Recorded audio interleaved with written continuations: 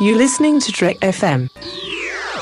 Want to join in the conversation and share your thoughts on this episode? Join the Babel Conference, our listeners' discussion group on Facebook. Just type BABEL into the Facebook search field, and we'll look forward to seeing you there. This is Steve Sansweet of Rancho Obi-Wan, and you're listening to the 602 Club.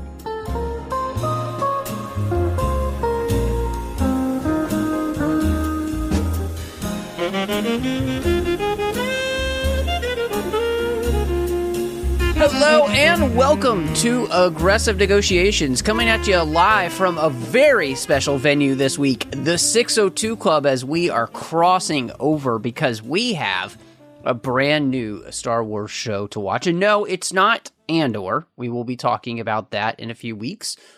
But we are going to be discussing the brand new animated series, the short mini-series as they've been doing, Tales of the Underworld.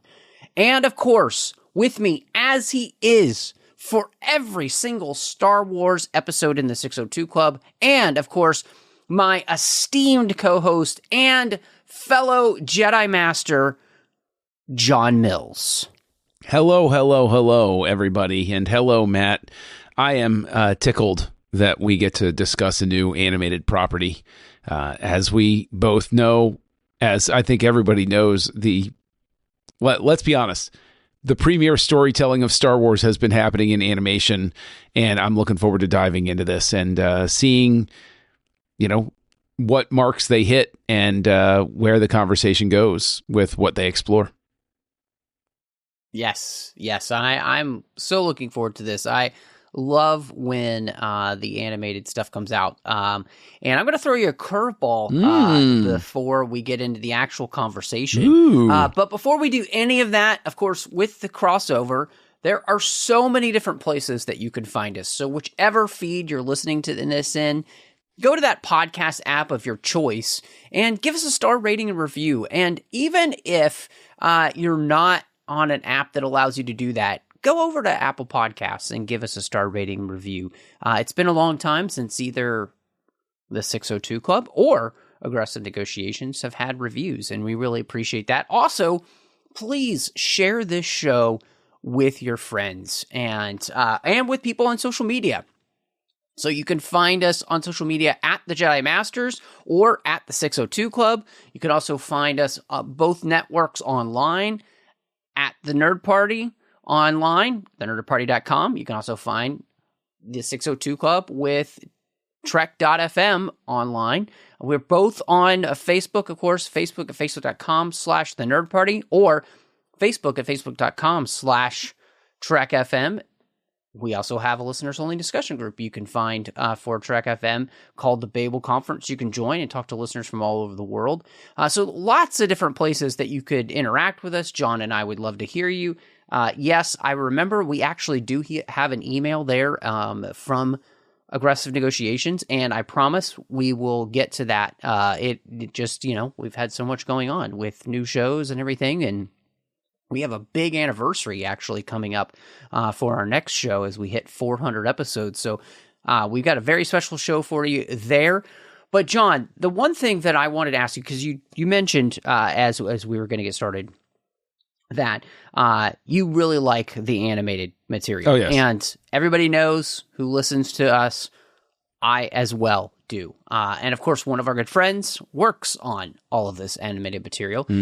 But we did get a wonderful surprise at Star Wars Celebration that Maul Shadow Lord is going to be the next animated series as we watch his meteoric rise before the fall we see when, we find him in Rebels. So I just had to ask you, how are you feeling about the fact that, one, we got more animated material coming out, and two, we're going to fill in that story there for Darth Maul, and three, some of the people that we might actually be able to run into with that story.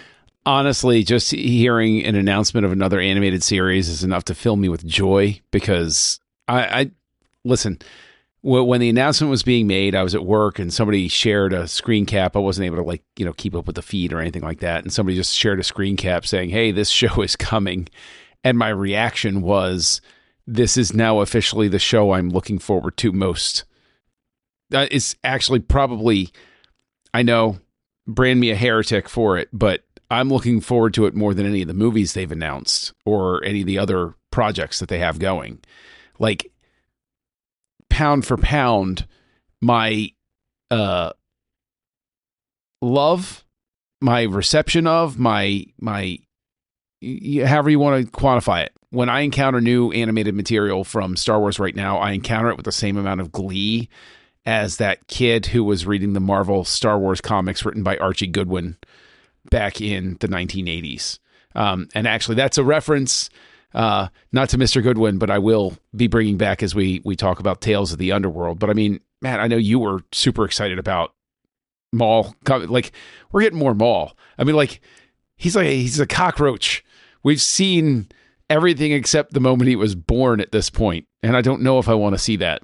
But it's pretty wild, man. It's pretty wild. Like, I'm presuming you're excited about it too.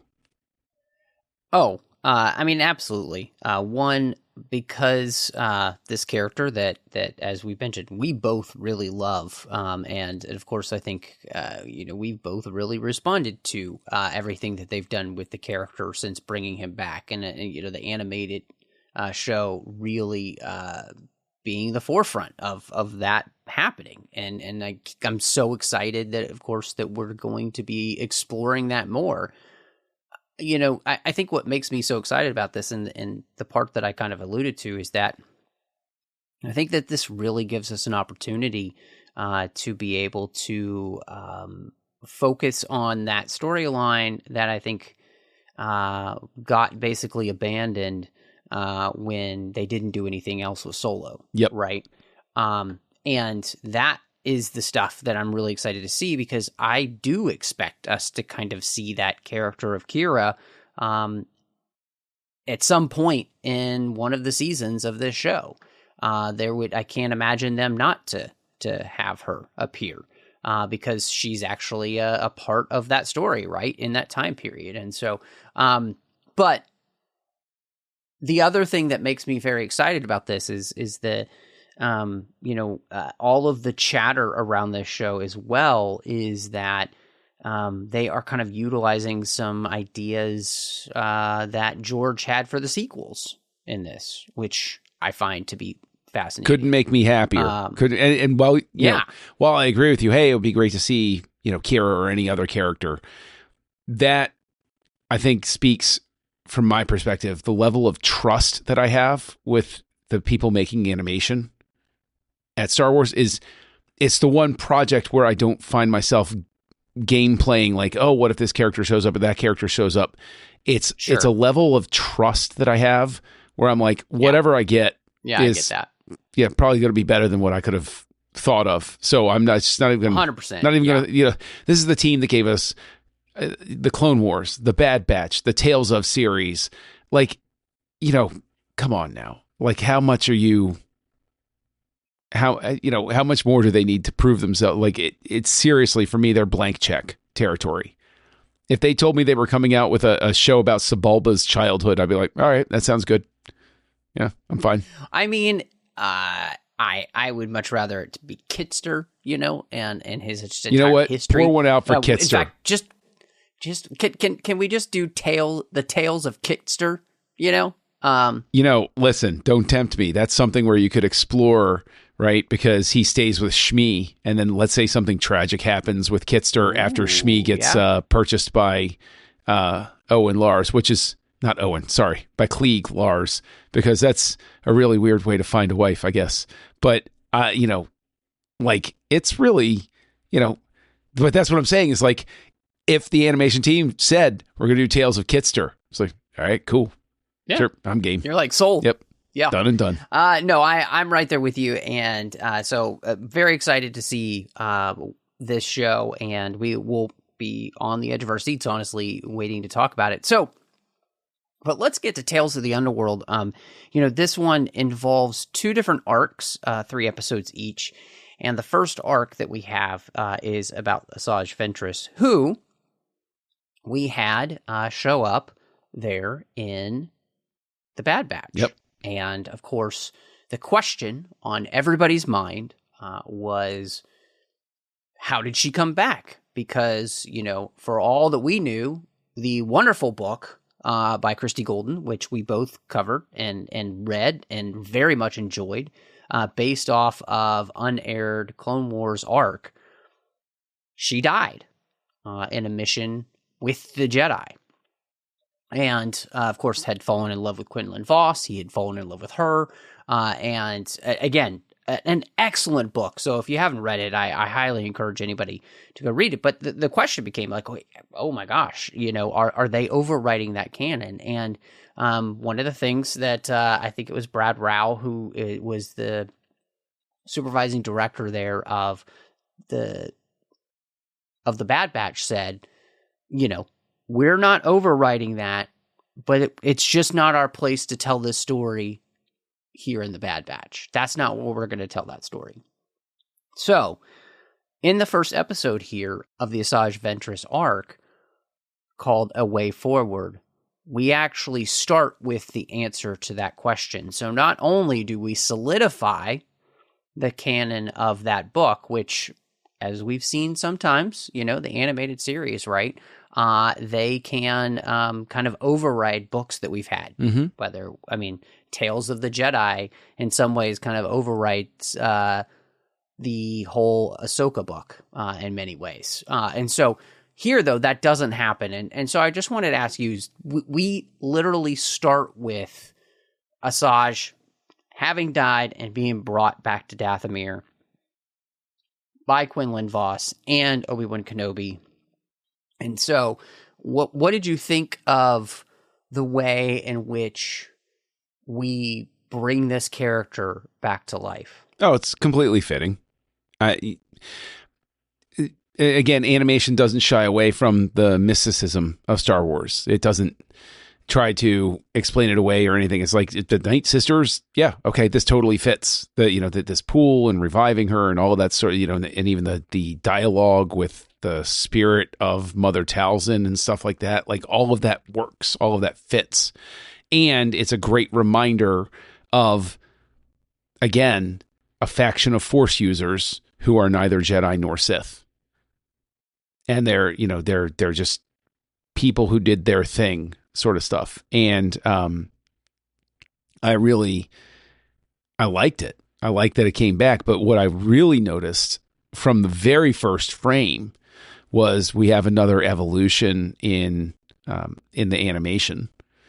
The way that the characters moved, the way that the light was smoothed out on the forms, the way that the curves, it was still the angular that we're used to, but the curves were a little bit softer.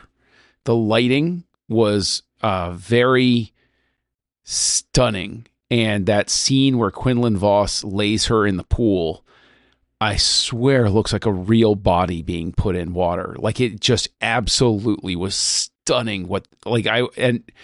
Just that very beginning part is like, oh my gosh, wow, this is great. What a declaration right here. But yeah, in terms of how they bring her back, I think it works perfectly well. It's spot on. Yeah, I think one of the things you mentioned there was just the kind of look and feel of the show, and even that opening scene of pushing in on the cave there in Dathomir, and the lighting choice, like you said, it is just stunning. I mean, it looks like the type of thing that you would see in the work of somebody like a Frasier. You think of Larry Fong's best work, a DP at the top of their game, and so that was wonderful. The shot choices of, the teardrop hitting her hand, and all of that is just wonderful. And what I thought was really cool about, going back to Dathomir now in retrospective, having seen the first season of Ahsoka, where we know that the witches actually come from a galaxy far, far away from this one, right? And so that and yet on that same planet that they're from, we see one of the Mortis god statues. Yeah. So there's this whole interesting aspect to that. And we've already seen, those gods be able to bring somebody back to life in Ahsoka, right?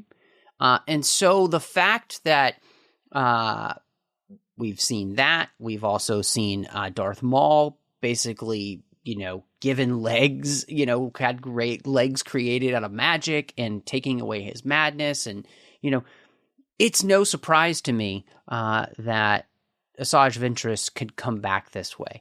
What I thought was really beautiful was basically the Faustian type of deal, though, that she has to make in that, which is that if she wants to come back, she can't have what her heart desires most, which is Quinlan Vos. And I found that really interesting that then she makes that choice to come back, because it seems like in so many ways, after that experience of Dark Disciple, that would be the thing that would make life worth living for her in many ways. And so then it feels like to me the rest of this series with her, the rest of this episode and then the other 2 episodes, are almost about her finding a purpose for a life reborn. Yes. I think that that moment when she makes the deal is specifically interesting because, much like Faust or anybody else who makes that devil's bargain, they're always thinking, "Oh, well, I'll figure out how to beat the devil. I'll figure it out later.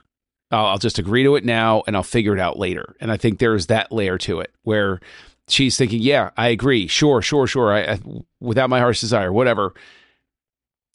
And in the back of her mind, without it being explicitly stated, I think you can clearly tell she's like, I'll worry about that when I get there. And I think that she then has the realization over time of they weren't kidding. And so, yes, to your point, I have to find another reason to live. I think that there's, this will come back when we, talk about the Cad Bane arc, but I think one of the beauties of this arc is that there is a lot of stuff unspoken. There's a lot of stuff that is leaning into, as George Lucas, as everybody loves to say, both lovingly and mockingly, film is a visual medium. And so there's a lot that I think plays on Ventress's face and reactions that gives those cues, gives those hints to, I'll agree to this deal, but I'll figure a way through it. And then when we meet her again, she's realized, oh, well, I'm not going to be able to make the deal anymore. Or be able to beat the deal, I should say. But I think that what's super interesting is that when we see her move to rescue a Jedi, it's a really interesting world building moment, because you see, again, the idea of how your fellow citizen will sell you out in a heartbeat. And you also see her change of heart. This is a character where, let's say this is even the first time you encounter her. She's brought back to life by dark magic. She has a tie to these Darksiders. But when we see her out in the world afterward, she's committing an act of great compassion and charity. And, I think that's beautiful. Like you see a whole lot of growth in the character just within a couple of minutes with the way they advance the story. I think that's beautiful. Yeah, I mean, I agree with you. I think that's one of the interesting parts about this, especially in light of the book Dark Disciple, because, we know that she died to give her life for Quinlan Vos, basically. So she is not averse to doing that now, and yet her whole goal right now, at least as she comes back and she's on this planet, just working security for a shuttle service. She wants a quiet life, which in some ways makes complete sense after the life she had lived in the Clone Wars and, what she had been put through with Dooku as her master. And so I love that aspect there of where she doesn't really even question the moment she realizes that he's a Jedi, and they open the door and there's all of these stormtroopers out there. She immediately shuts the door and just goes into action.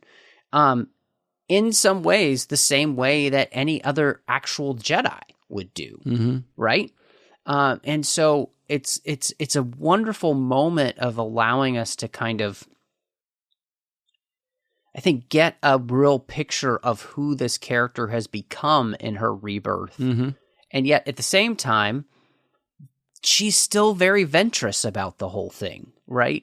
She's still pretending in some ways, and maybe not completely pretending to just to be put upon, that, oh my gosh, I got to take care of somebody else, and will you just shut up? And, what I love about that is that even though she's a character who has kind of moved past the life of complete selfishness and has moved more towards the life of selflessness, she's not happy about it, right? Like it's not like her favorite thing. She's not Obi-Wan Kenobi about it. And I really appreciate that we don't actually lose all she is as a character, but there has been that monumental shift of who she is as a character, which is when she sees somebody in need, she can't help herself now. And I kind of love that.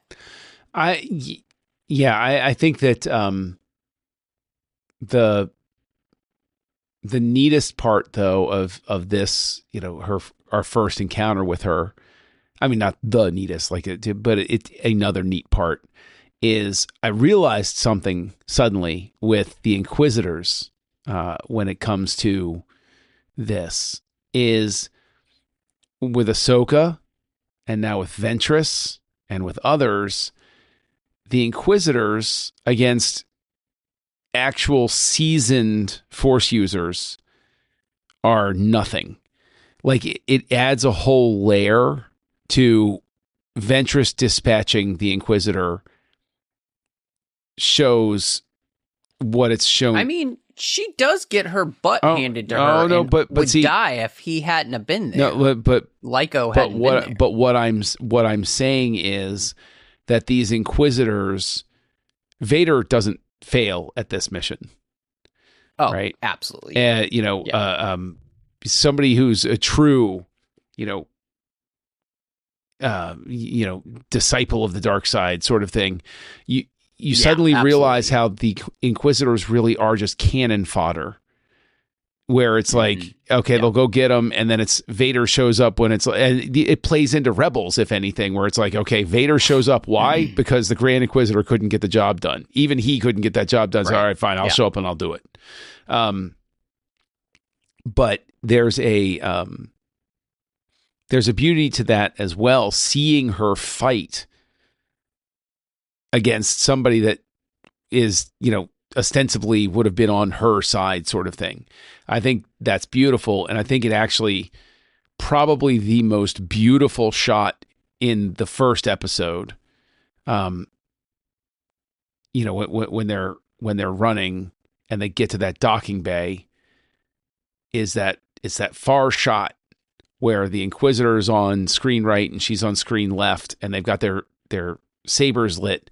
It's so evocative of the shot when Maul and Obi-Wan are about to face each other in that episode of Rebels. I know I keep sort of like rambling about this stuff, but it's like Ventress now is a character that we have seen pretty much every stage of her life. And it's pretty interesting to see her growth. She really is, and we've talked about this, in other conversations, but she really is this dark mirror of Ahsoka. And it's like, it's one of those things where it's such a beautiful thing to know that we've seen so much of their arcs, and we see how they were both let down by the people who they trusted most. But then they both go off and essentially become Ronin. Yeah. In two different ways. I agree. I just think it's really fascinating. Yeah, I mean, and I think the other really interesting part of that I really like is the way in which Ahsoka and Ventress kind of slowly moving kind of closer and closer together as in who they are, right? They're still very much themselves, but there is a sense where that's kind of happening, which is interesting.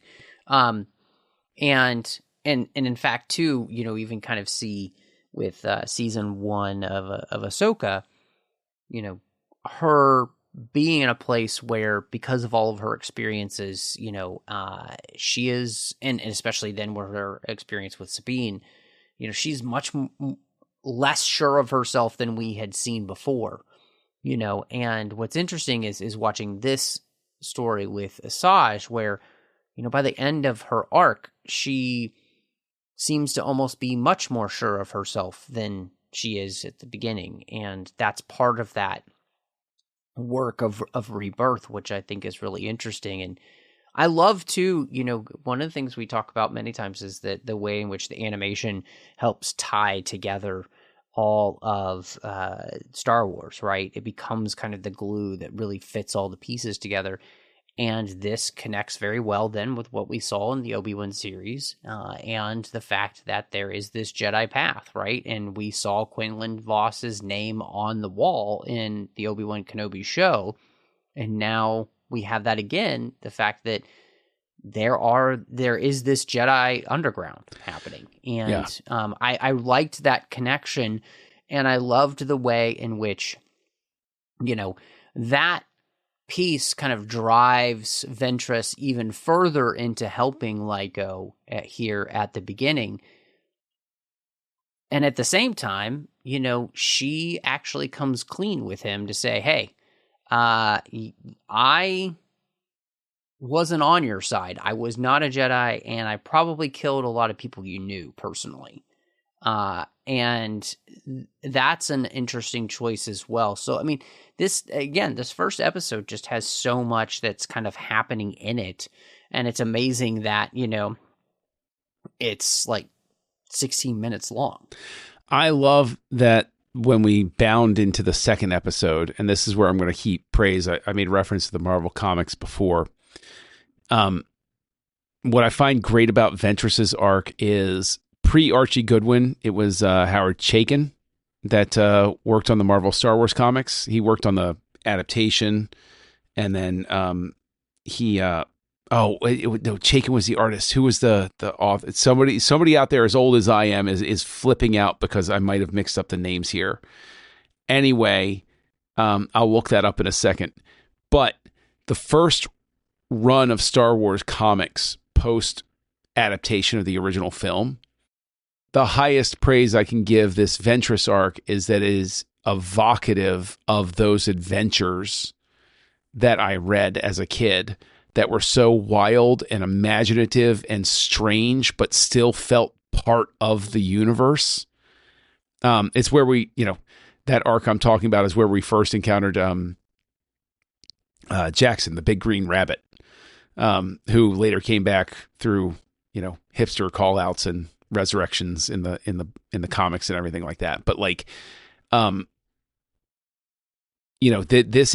this arc captures so much of that go for broke Star Wars verve that was there in the late 70s and early 80s when there were no rules. This feels like there are no rules, even though we know there are rules. It's much more, there are many more guidelines and stories for it to navigate in, but it still has that same freshness to it that those original stories did. Yeah, I mean, the second part called Friends, I really enjoy the fact that we bring in Lats from the bounty hunting arc that Ventress was a part of, and realizing that we can kind of deal in some ways with that relationship that she had previously, and kind of get the juxtaposition of, who Ventress used to be and who she is now with Lats, who hasn't changed at all. And of course, Ventress, who has come very far from where she was previously. And so I love that. And I just love the kind of inventiveness of setting this on a mission to go pick up an Imperial Star Destroyer shield relay from one of the deflector domes. And you're on this planet where they're building all these new ships for the Empire, because we're still early enough where the Venator would still have been the main ship. And so they're creating all these Star Destroyers. And so there's just, to me, that's the place that I really loved that. But it's interesting the way in which we actually kind of shift the focus in this episode. It's as much about Lyko and his decision. Do I trust Ventress with what I know about her, or do I trust somebody else? And realizing that the world he's in now, trust is not going to come easy. And I love that, because it's teaching him, obviously, an incredibly valuable lesson if he wants to survive. But two, again, it's driving home the thematic element of who is Ventress going to choose to be in her new life, and who she chooses to be, especially even just by the end of this episode, is somebody who is trustworthy to a person like Lyko, which I loved. Yeah, yes. Everything you're saying. Also, as a side note, I did look it up while you were talking. Howard Chaykin was a co-writer, but it was the main driver on the writing for the first stretch was Roy Thomas. Chaykin was the artist, but I was only partially confused. But yeah, reuniting with characters from that Clone Wars arc, especially since I'm doing that Clone Wars rewatch with my, first time watch with one of my daughters, and rewatch for me, obviously. Seeing those characters come back so soon after I had rewatched that episode, that was a special delight for me, because I was like, oh yeah, I just saw them. And it speaks to your point, because that is something that Star Wars keeps coming back to, is who's able to change and who is not. And so having Ventress encounter people who could not change throws into stark relief again how much she's grown. Yeah. And it's interesting to me, because this moves along the story, but this really is kind of the middle episode to be the connective tissue of the entire thing, because the true lessons and the really interesting kind of dynamics of really kind of forcing Ventress to make the decisions of, one, who is she going to be? Is she going to try and break the deal that she made to come back to life by trying to find Quinlan Vos? And all of that come to a head in One Warrior to Another, when she actually runs into somebody who not only knows who she used to be, but basically reveres her for who she used to be. And so the choice then that she has to make on whether to just trust what he has to say, or to trust this person she just met, who's also a Jedi, was an incredible juxtaposition there for the character to be placed in the middle of. And what I love about that is how quickly it allows the character to be forced to make that decision.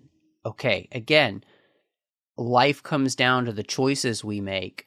So who am I going to choose to be in this situation. And, it's one of those things where I think they just do a really good job of doing that. And the beauty that is using this kid, right? Out of the mouth of babes, Lyco living the life of the Jedi, and the true lessons of the Jedi in such a wonderful way there reinforce then who she is going to choose to be. Yeah. Yeah, I mean, I don't know how much I can add to that, except that just the beauty of, one, the title of the episode being One Warrior to Another. Somebody in there is a Star Trek 6 fan. Yes, they are. That's all I could think of. I saw that and I was like, oh, yes. General Chang reference. Well done. And also, just songs we're going through.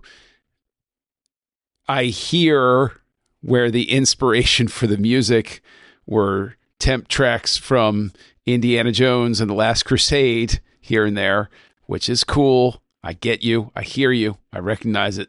But also, I think, again, getting to the beauty of the story is, people can change, that there is space and room to grow no matter how scared you are about it.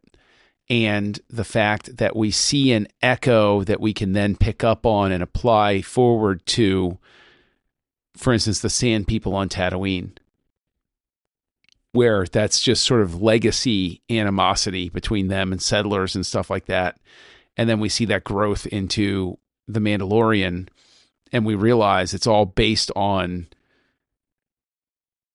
misunderstanding and not wanting to give up the fight, as it were. And I think that it's a beautiful thing. And but that moment where she counsels the old man, about changing and embracing and listening, man, there's a lesson there that, like, this is true Star Wars at its core. It's got a lesson that you and I can hear and understand, but it's a lesson the kids need to hear too. You can't hold on to being mad. You got to let it go at some point, and you gotta work through it. You gotta, because and you got to learn to be selfless instead of selfish. You can't say, no, I'm not going to talk to them because I want. Well, you have to consider what everybody wants and needs. Yeah. And I mean, like you said, it comes down to the whole choice of can you change?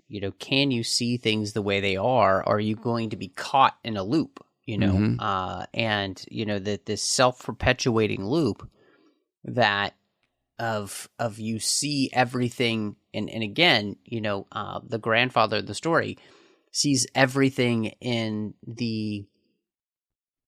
with the veneer of war over it, right? That it's like he's wearing the war glasses and he can't see anything except outside that view. Yep. And so Ventress has to remind him, no, you're not actually at war. You're literally just living on a planet and you're supposed to be a farmer. And these raiders, quote unquote, they're just protecting what's theirs because you've been attacking them and stealing their water, And so, gotta love the fact that the raiders are very Mad Max vibe. Well done. Yes. I thought that was very fun. Of course, Mad Max in the sense that they're 2 feet tall. Oh, but see, the thing is, which was also awesome. I actually thought that was great because that's a classic Star Wars sort of thing too. It's very true. Just like it's you recognize it, but it's not quite real world. It's just a little bit off. Yeah. I wanted to ask you though that at the end, they find the path. Lyco can go off on the ship, and yet he chooses to stay with Ventress, and they basically kind of ride off into the sunset, Last Crusade style. I mean, it feels like to me that if we never saw Ventress again, it would be a complete disservice to this character, especially with the fact that we see her in the future in the Bad Batch, and it feels like there's a lot of story that happens to her. Yep. When she meets Omega, and we also know, Omega goes off to join the rebellion on Yavin, and so it just really does feel like there's an incredible amount of story here that it would be a travesty if they never fill in. Yeah. I mean, don't have anything to add to that. Yeah, absolutely. I would love to see a Ventress series. I'd love to see it, even if it's one season. I'd love to see it. Just take me with her. I mean, we already know that she's solo by the time Bad Batch shows up, or at least I'm presuming she is. So, well, give me that story. What happened? Why? Was it something tragic? Was it simply growing and saying, okay, we got to go our separate ways? Did somebody else join the rebellion? Like that sort of thing. So I think that'd be great. Yeah, I agree. If we don't get any more Ventress, it'll be very sad. And it's obviously left wide open for that to happen. And yeah, man, would it be crazy if Ventress shows up in Ahsoka season 2? I think the odds against that are very high, but I would love it. It would be great. It'd be great. Yeah. Yeah. Well, we have a whole other arc with Cad Bane. And basically this is Cad Bane's origin story of where he comes from and, what makes him tick. And, so that first episode, The Good Life, is all about his introduction to a life of crime. And it feels like it takes place in Brooklyn, or a planet that looks very much like Brooklyn, with its store shops and its overhead trains. I just expected Spider-Man to be swinging by at any point. And really this does have that mobster gangster style type of movie feel to it, with the story that we're telling about how these two young orphans kind of get caught up in the life of crime, but then end up going different ways. It's hard for me to talk about this one episode at a time. Yeah, we don't have to. No, I'm not. There's no reason. I'm not advocating to go one episode at a time. I want to say that as much as I love the Ventress arc, I've made no secret of the fact that Cad Bane is one of my favorite Star Wars characters. He's definitely a top 10, if not a top 5. Like I love the character. Encountering him as a child and going forward and seeing that echo again of the lesson that Star Wars was constructed to teach, which is you can be selfish or you can be selfless. And life is going to be better if you're selfless. And the fact is that this is some of the most beautiful animation work I've ever seen. And it's some of the most low-key, beautiful writing I've seen on television recently. There is exactly the right balance between what is said and what is not said. And there are moments that are truly beautiful. And again, if you want to talk about Indiana Jones references, bringing it back to just talking about the first episode, meeting the man with the hat that's going to influence the course you take with your life. Again, I think that's a beautiful, beautiful thing because it gives me that little chuckle of how that's how it went for Indiana Jones as well. He meets the man with the hat that, eventually the mantle is taken up by him when he puts on the hat. And,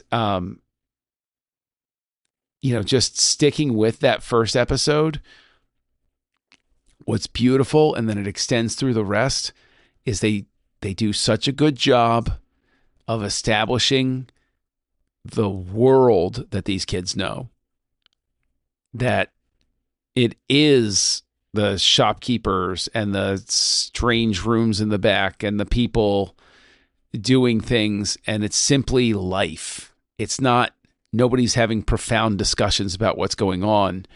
These two street kids are simply trying to survive, and they just want to have candy and sugar and fun and the stuff that any kid deserves. Like, you look at it and it's so tragic in this beginning, because it's like, oh wow, these kids don't have parents, and they don't have love, and they don't have anything but each other and theft. And it's like, that's so heartbreaking. It's so, like, I knew I was in trouble emotionally meeting Cad Bane like this, because it's done so particularly well. And it smashes open, because Cad Bane, remember that very first time you meet him at the end of season 1 of the Clone Wars, he's already that, super bad mamma jamma Clint Eastwood type, the gunslinger, super cool, thought of all the angles sort of stuff. And then, just like Anakin, to see, oh, he started life as a child too.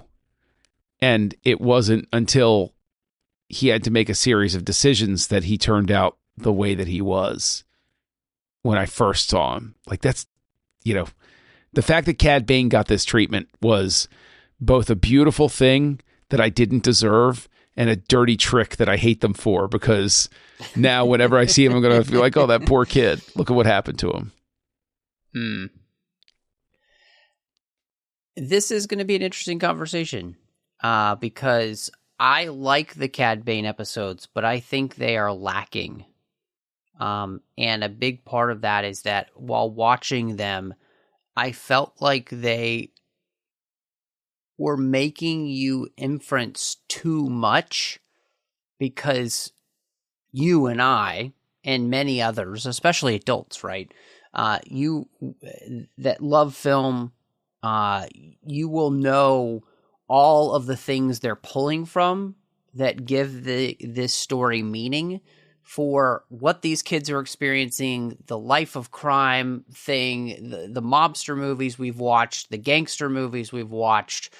And I did not feel like ever in this arc that they did enough to legitimize the choices that Bane makes, especially by the end. I felt like they were just, there was too many places where I needed just a little bit more about why Bane is so gung-ho to make the choices that he's willing to make. I feel like there's just not enough. It's not as polished as it needs to be. And I will say this, it's not as polished as I expect, especially in light of the Ventress arc, or any of the work that they've done in the Tales of series, whether it's been Empire or Jedi, and of course, what we've seen in the Clone Wars by the end of it, Bad Batch. I just expect a higher bar to be reached in that. And this one, now hear me say this, I'm not saying this is bad at all. I still like it. I still think it's good, but it doesn't reach the level that I expect this Tales of series to reach in the sense of like greatness. This one just leaves me a little bit cold, and that is frustrating for me because, like you, Cad Bane is my favorite bounty hunter in Star Wars. You know, when it comes to like you picking your different characters in like bounty hunter or, you know, for the Empire or Jedi or, you know, smuggler or all these kind of things. It's like, you know, you can have your favorites, and Cad Bane's my favorite. And there's just a little bit something to put it in the phrase of a John Mayer song. Something's missing from this arc for me in that. Okay, let me start my diatribe about all the ways that you are wrong, but that's okay. I'll offer this as a counterpoint. One, I don't see the deficiencies, but taking your argument and breaking it down, I get what you're saying. It's not that I don't understand what you're saying. I'm saying that the construction of the arc is, in my estimation, perfect, because like the the prequels, when Lucas was by the time he was completely comfortable telling it, the way it's been compared before by myself, by others, by you, as you know, blah blah blah, is it's like jazz. They're playing the important notes.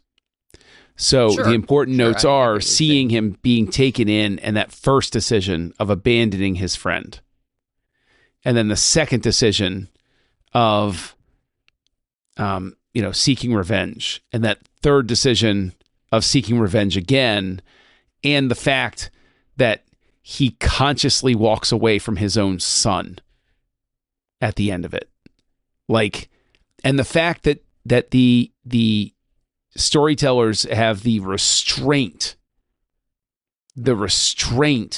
not to have his friend expressly say, "But Cad, he's your son."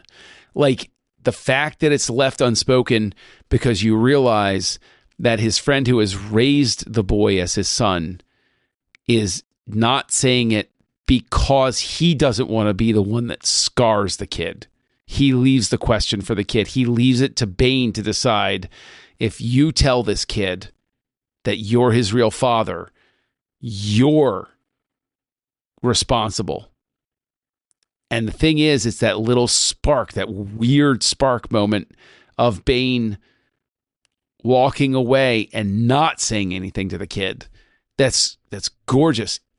I watched this arc with my kid, and I can tell you that the inferences and the references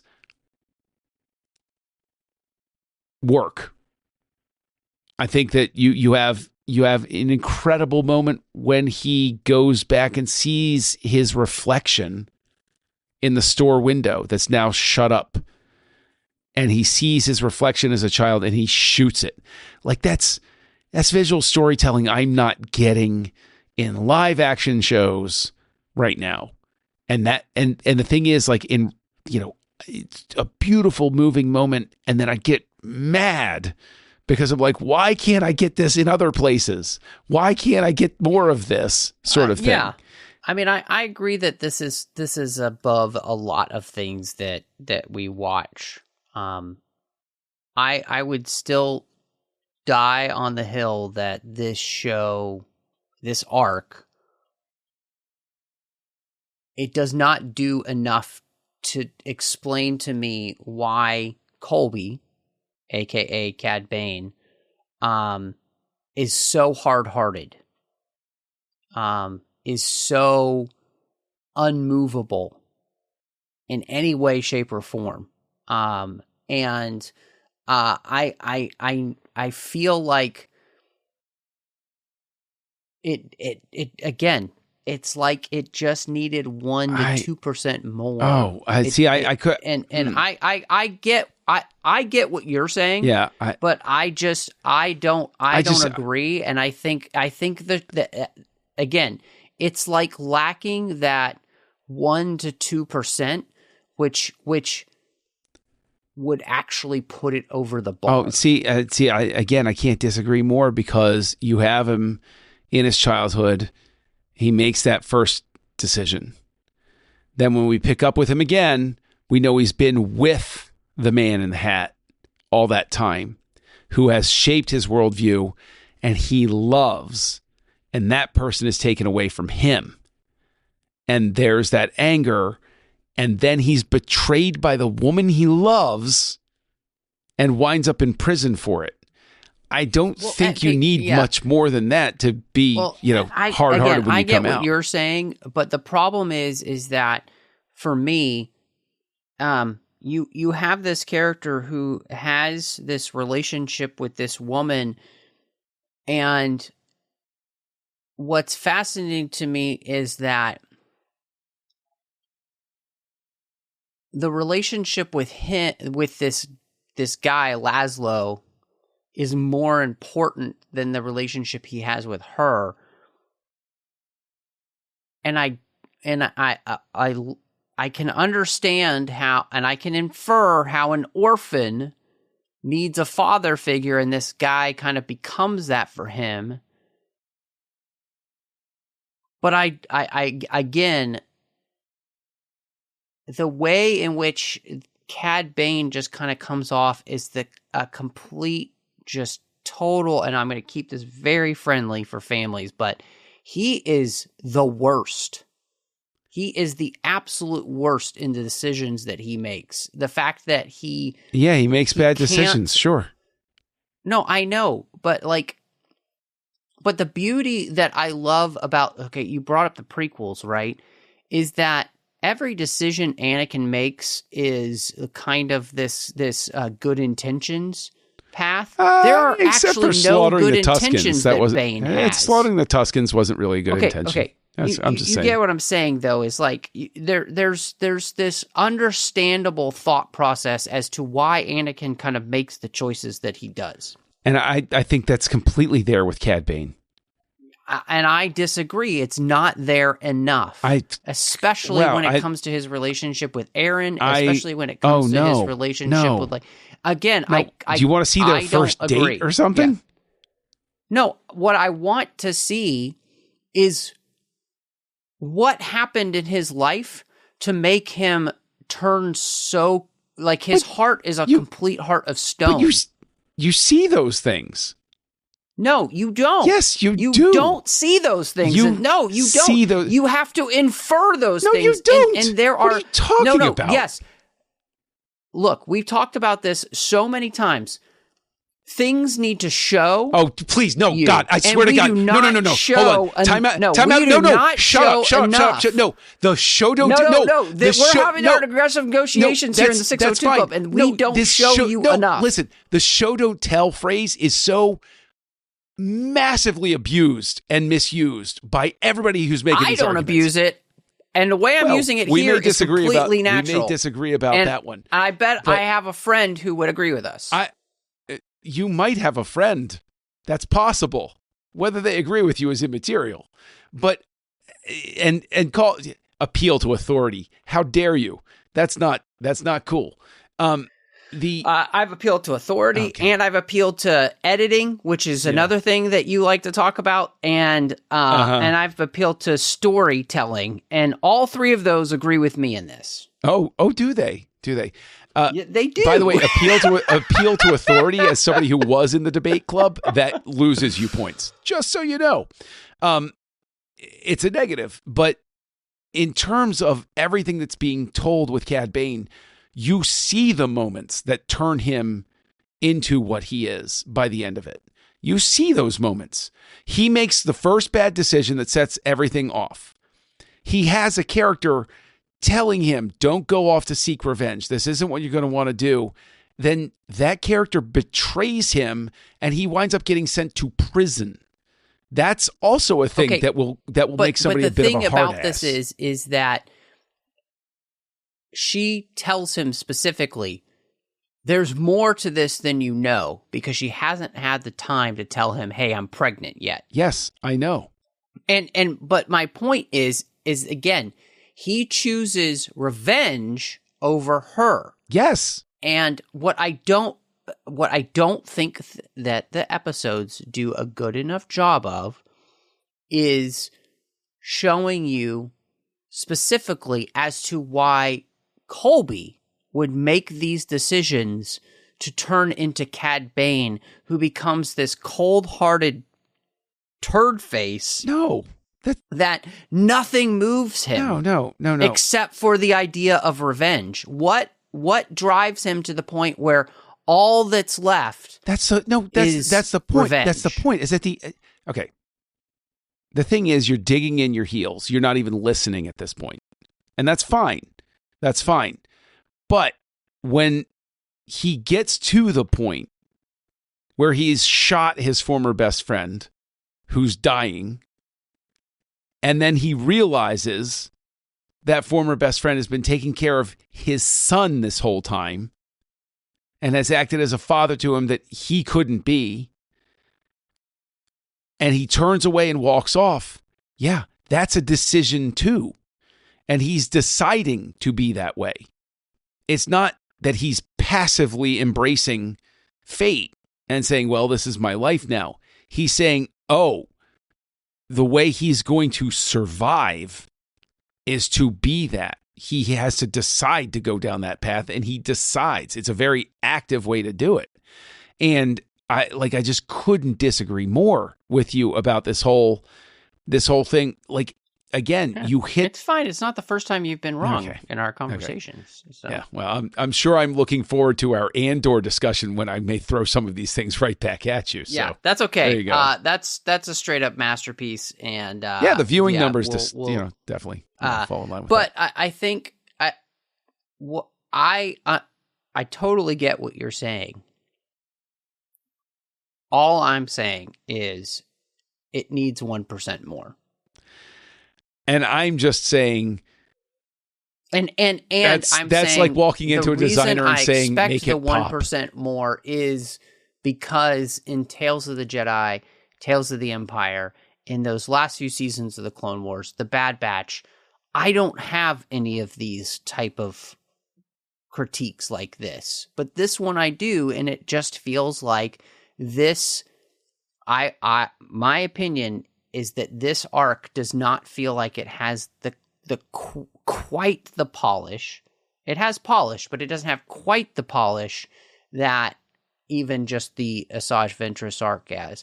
Now, this arc does have some incredible visuals. That moment of the standoff there in the second episode where the embers are flying by them, just drop dead gorgeous. Like, all of that stuff here is on an incredible level and meets with all of my expectations.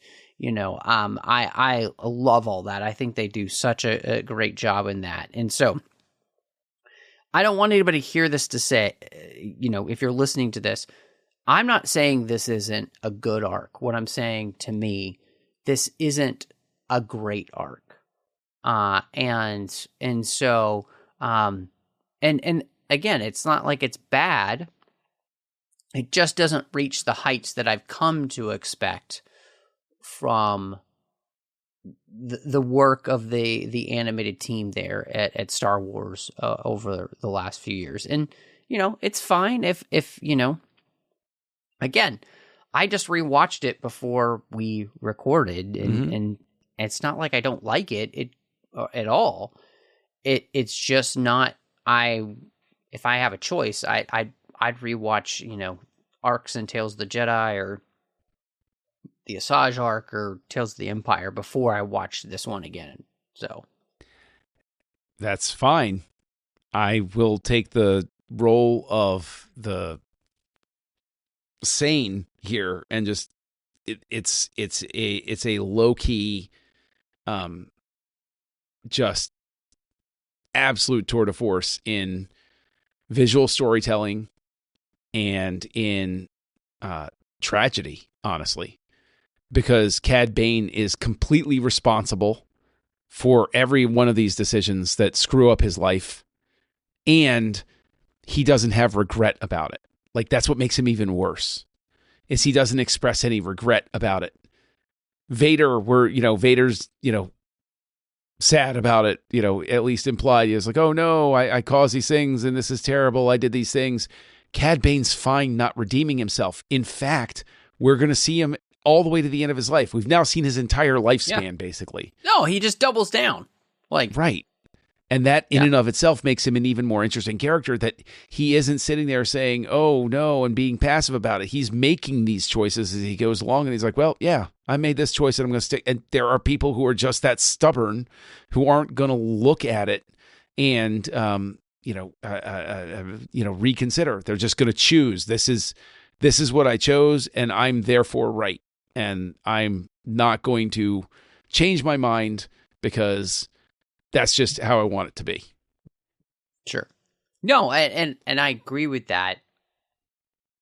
My only contention is that if you're going to have a character be that intransient, I would love a little bit more understanding as to why they are that intransient. Why their heart is so dead inside. I'm just offering that I'm not the only person who picked up on this. This is obviously just going to be a point of disagreement between the two of us. Whether you want to make an appeal to authority or not, I am love on this one. I'm totally fine with it. It doesn't bother me that we disagree. Yes, I think it does. Obviously, too, it makes for a fun show for everybody to be able to listen to. But John, with the discussion of both arcs here, where are you landing 5 stars in your rankings for? Okay. And where do you land? I think I'm probably going to give this 4 stars. I think if it had just been the Asajj arc, it would be a full 5. And the Cad Bane arc for me is what, like I said, while good, it just doesn't. I mean, it's a 4-star arc itself, and so, maybe this could be 4.5 stars, but no, I mean, again, if I'm splitting them up, it's 5 stars and 4 stars. And I guess together you just kind of come down to me for 4 stars. And so, but I love it in the sense that, I mean, when it comes to my enjoyment of Star Wars material, the animation continues, though, to hit it out of the park. Whether this was my favorite thing they've done in animation is totally irrelevant. I mean, it continues to just be some of the best Star Wars storytelling that we get. And as we mentioned at the beginning when we talked about, Maul Shadow Lord, it's like, this is what makes us so excited that we're doing this, right? We're going to get that show, is because it's so great. It's so good. The stuff that they do, I think specifically when I think of the loving care of those opening shots of the Asajj arc, I mean, every part of this is done with love, and so I can't wait to get more Star Wars animation. But John, if people wanted to find you, and I'm sure send you messages about why I'm stupid and all those type of things. Why would anybody want to send notes online, about that? Where would they find you? Oh, come on. Don't be that way.